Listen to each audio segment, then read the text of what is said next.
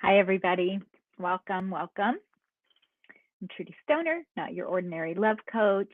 I know we're in my groups. You're like, we know who you are, but there's some new people. So, welcome to anybody new to our tribe. And I just want to take a moment and thank you for being here. And if you are new to me and new to my world, and this is your first time with me, watching me go live, then welcome. If you are here live, let me know. I know you have to give StreamYard approval to leave comments, but hop in and leave me a comment. If you are watching the replay, give me a hashtag replay. And if you feel like what I'm sharing is valuable, please invite your friends into this group.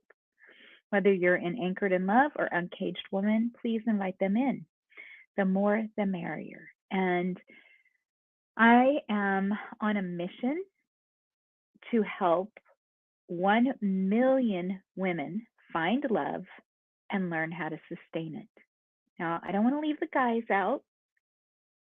I don't. I want to help you too. I also really want to change the world one heart at a time. And I believe we can do that through education. What is love? Do you know that you are love? Do you realize that the energy and the vibration of love is a very high vibration? And that's what we're going to talk about today. So, yesterday we talked about your belief systems and stories and why they matter, and that our stories create our experience of life, our reality. Our thoughts create our experience of life. So, when we're really stuck on a story, it affects the way that we show up, it affects our vibration. So, you have probably noticed this with other people or yourself. You can feel it. You can just do a body scan and you can feel it. When you're in a high vibration state, you are blissful, you are joyful, you are excited, you're happy, you feel good, you have a high energy, you have a high vibe. And notice those days, everything seems to just kind of flow and fall into place. And the right opportunities, you get the right phone calls, and you think it must be my lucky day. And you don't realize that it's not luck, that it's your vibration, your energy, your mindset, your flow that is creating this abundance. And so it's important for you to notice this. In his book, Power versus Force, Dr. David Hawkins does a calibration. He does like a ladder and he measures the vibration of certain emotions. So anger and fear and guilt and shame, these are all very low frequencies. They are under 200. And above 200 are things like joy, love, hope. And so you can look that up. Look just at Power versus Force. I think you can even Google it and you can see these calibrations. But it's just good to be aware of them, because if you are at a 200 or above, you are in a high vibration. And there are things that we can do to raise our vibration. And one of those is to make a commitment to being love and really thinking about what that is. Like that love is not something out there that we have to earn or we have to get. It is in here. It is who you are. You are love. When you show up from that state of being, then things fall into place. On the other side of that, we've all had days when we wake up, we stub our toe, we wake up on the wrong side of the bed. And energetically, we feel it. Energetically, we just feel maybe we're irritated, angry, or maybe we're pissed off at our spouse or a person or a sister or whatever. And then throughout the day, it just gets worse. It's like a downward spiral, and it just gets worse through the day. We've all been there. We've been there when we walked into our home or we walked into the office and somebody else is in a super bad mood. Like the energy hits you like a wall, right? So it's important that you start to do body scans, that you check in with yourself. And when you do fall into a lower vibration, you can course correct. In the same way that with our thoughts, we only ever have two choices, love and fear. So often we are programmed to default to fear. And we just can do a simple acknowledgement and a shift and choose again and choose love. And when we start to get used to our energy in our body and what that feels like between the low vibrations and the high vibrations, we can course correct at any time. We do that by, we can have certain high vibe triggers. I want to circle back to what we talked about yesterday with the stories. I told the story yesterday. I'm going to repeat it very quickly here because it's so important. That there's a book that I read about beliefs with bliss and fear. And this was what's so important. This little boy is riding his skateboard home from school, and he's just in a blissful state. All is right with the world.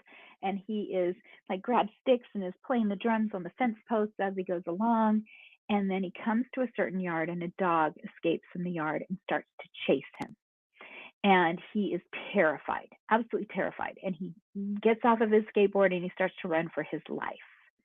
And at that moment in his mind, his brain says bliss, euphoria, joy means fear, terror, fear of dying. And so for the rest of his life, each time he felt joy, bliss, excitement, he instantly felt terror, a fear of dying. Something bad is going to happen. Now, I can tell you, in every circumstance, we all know people that go along through life and they perhaps have never experienced that in childhood where there was a blissful moment followed by some sort of trauma. It doesn't have to be that extreme. When I was about 8 years old, I was playing in the backyard. I was by the swing set. I was so happy, you guys. I was in this state of bliss. I was dancing. I was like 8. I was singing. I just thought the sky was so blue. The grass was so green. All is right with the world. I was so happy. And at that moment, my mom says, Trudy, and she had a publisher's clearinghouse. Now, depending on your age, you know what I'm talking about, but it's a sweepstakes. So this would have been back in 1973. And I wanted it, the grand prize, $50,000. And I wanted that. And I filled out the paperwork and I put the sticker on it and I put it in the mailbox. And I knew that I knew that I was going to win that 50 grand. And I knew that I was going to then buy my family a horse ranch in Montana. That's what I was going to do.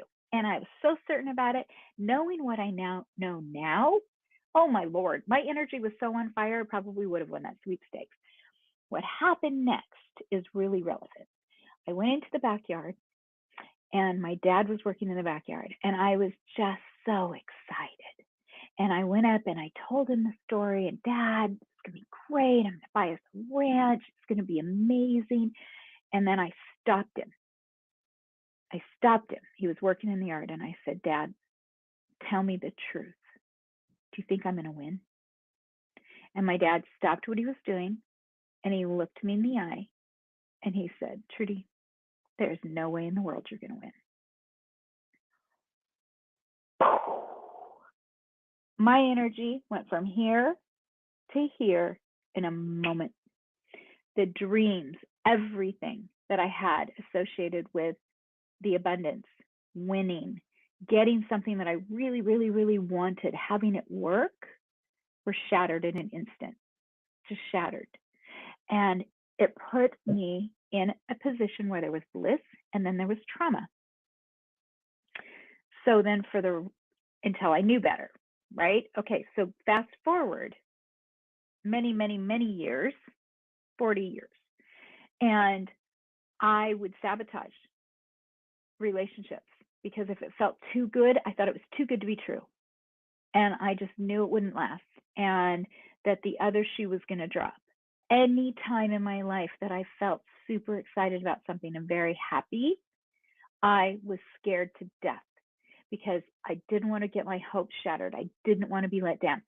So our triggers can be as simple as something like that. And when that happens, it lowers our vibration. And so it's so important. People that have never had that kind of associated trauma are the ones that are skipping through life, and they have the very happy relationships and the very good jobs, and they are easily able to receive abundance, easily able to let that into their world and accept that joy is their birthright. Anyone that is walking around that is contrary to that is because there's some sort of a link there between the story, the bliss, and the trauma. And they've linked the two and have now decided that that is the way it is. Bliss is followed by trauma. Not the case. It's just a story. It's made up. It's just a thought. You can let it go. You can decide to choose love. You can decide to change your mind. You can decide to raise your vibration. When you raise your vibration, all manner of abundance shows up. All of a sudden, you are attracting in the things that you really want in life. And it feels easy. It gets to be easy. And it feels so wonderful. And you will notice that then all of a sudden the fear will creep in. It's too good to be true. I don't want to get my hopes up. No. Simply when that happens, check yourself and say, oh, that's that link. That's that bliss trauma link. Let's let the trauma go. Let's hang on to the bliss. And the more you hang on to the bliss, the higher your vibration will rise. And how do you do that? How do you hold on to bliss? By being grateful, by staying in the present moment, by literally allowing it to flow through your body. Throw your hands up in the air. Yes, yes, thank you. Thank you, universe. Thank you, God. Thank you. Thank you. That is the most powerful word. Thank you. Do that.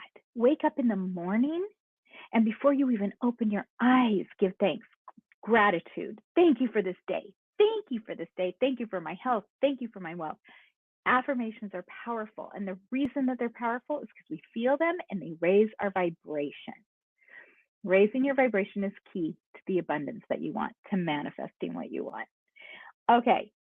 Any comments, questions, replay, live, leave me here.